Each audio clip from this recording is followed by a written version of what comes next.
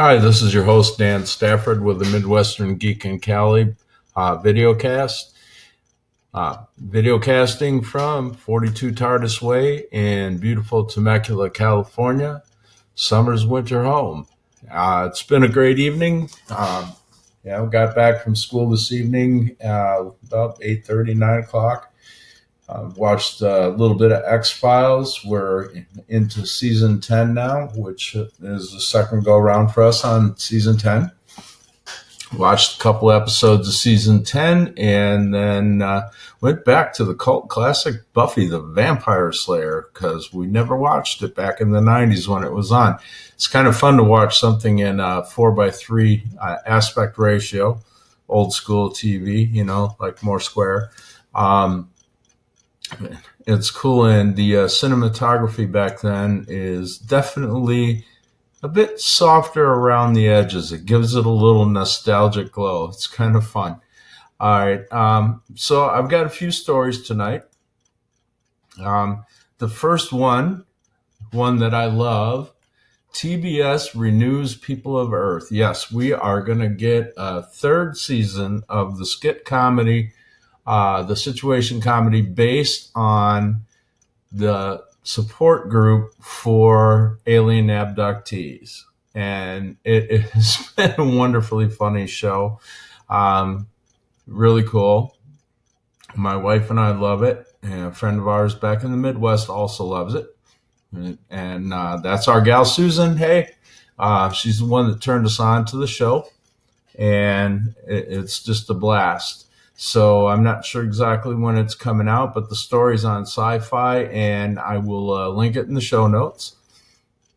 Next story, an archaeologist says parts of Stonehenge were there long before any humans. Interestingly enough, they're coming up with the theory that a couple of the sarsen stones at Stonehenge were actually not quarried 20 miles away, but actually were naturally occurring there on site. And they happened to be pointing at the summer and winter solstices, where the sun rises for both solstices by natural coincidence, which would probably give some serious significance to our ancestors that lived in that area at that time, because they were very much more aware of the natural rhythm of things, and it was well woven into their mythology then, as I understand it. So that may explain why that particular site was chosen to build Stonehenge. And of course, the nearest stones like that they were able to find of matching size and quarry were the ones at the quarry 20 miles away. So they ended up building Stonehenge there. At least there, so goes the theory. And that is from sciencealert.com. That story came. I will be putting that in the show notes. The next story is Beyond the Hype Cycle, what can we really expect with 5G? And that is coming from VMware.com.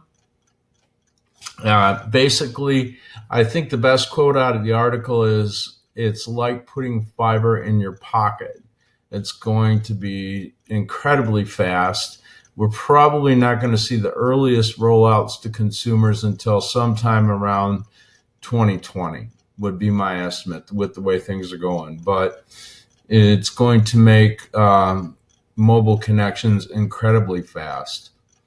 And, I think it'll do big things for the way we live our lives and the way our connections are, because to be honest, right now, 4G connections seem to me fairly kind of shaky. There's a lot of dead spots, and I'm kind of hoping that that's going to make life a lot better. There's a lot more to that story, and I will be linking it in the show notes. And this last one, it refers back to a discussion on Facebook, and it's about eating beef. Tonight it's ginger beer, non-alcoholic. It's like ginger ale, but really strong, and it's really good stuff.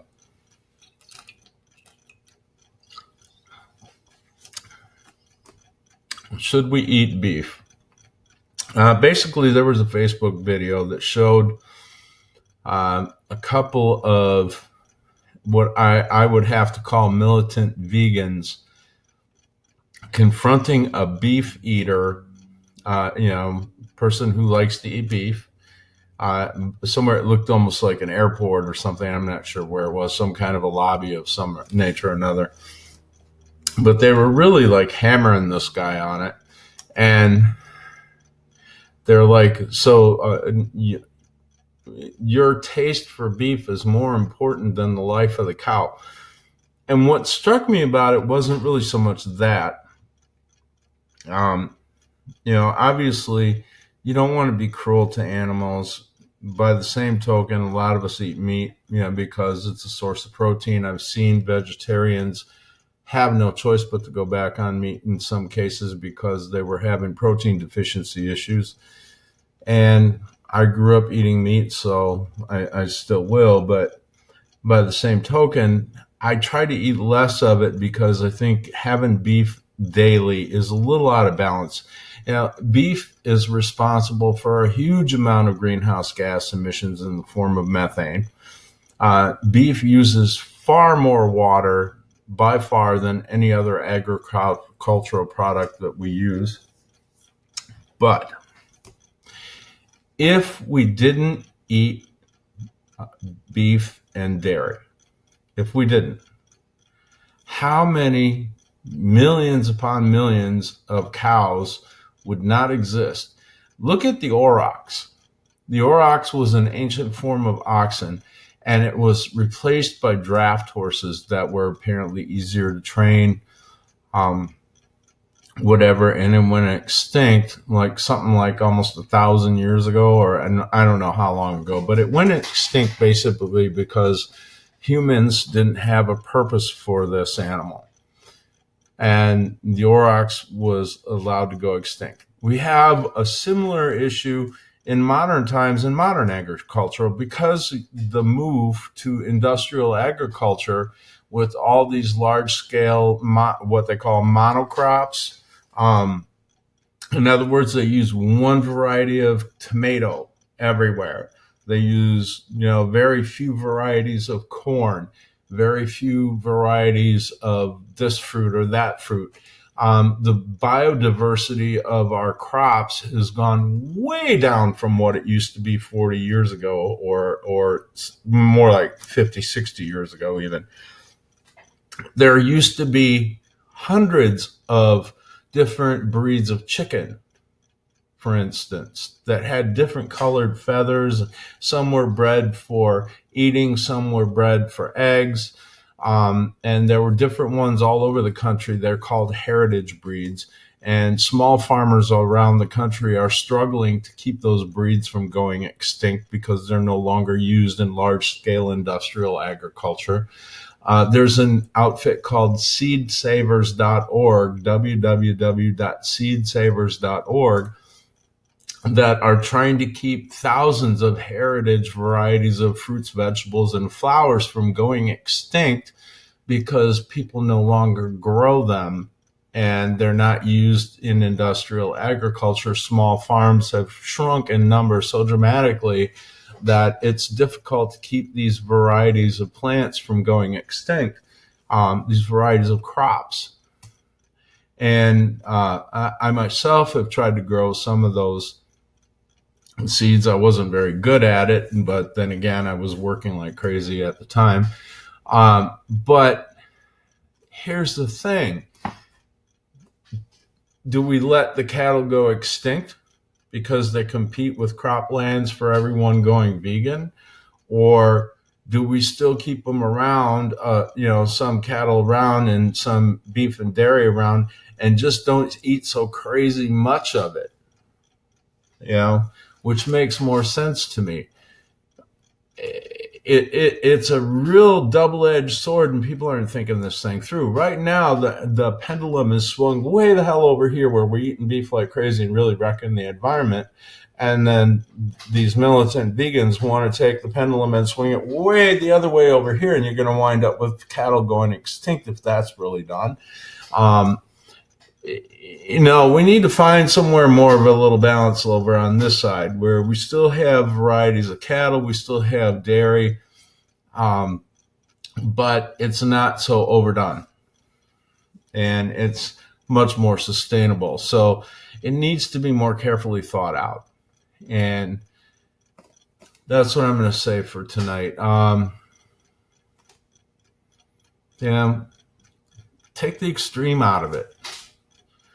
And go a little bit more moderate and work on the issue, but don't go crazy, because trying to be kind to cows, you'll drive them to extinction, because most animals that mankind doesn't seem to have a use for don't seem to do too well on this earth, given our current societal and economic structure. So you might want to think about that in all your planning and agitation and whatnot. Just saying. So, it's a tough issue. It really is. But wishing everybody the best, and I need to get off to bed so I can get up and go to school again tomorrow. And with that, happy Vulcan fingers to you from the Agent of 42, and thank you for watching the Midwestern Geek in Cali. Good night.